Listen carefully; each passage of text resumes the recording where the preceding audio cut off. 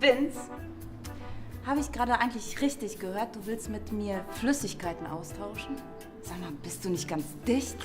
Das auch, aber das ist ein anderes Thema. Ein bisschen Alkohol hilft dabei. So, Dr. Nö, jetzt kommt Ihr Part. Schieben Sie die Karte einfach ein bisschen nach vorne.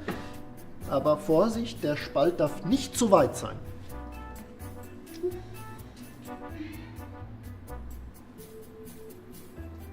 Ja, ein bisschen noch. 1 Millimeter.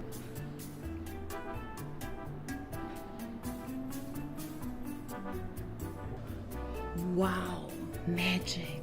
Ja, nix Magic, Dr. Nö. Das ist pure Physik. Die Flüssigkeiten tauschen sich von ganz alleine aus, weil sie unterschiedlich dicht sind. Alkohol ist leichter als Wasser und liegt deswegen auch gerne mal oben. Vince, du bist nicht ganz dicht. Jetzt möchte ich aber mal sehen, wie du dein physikalisches Experiment beendest.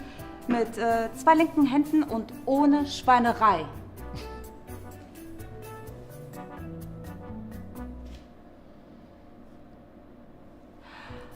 Wow, nochmal Magic. Nein, Dr. Nö, nochmal Physik.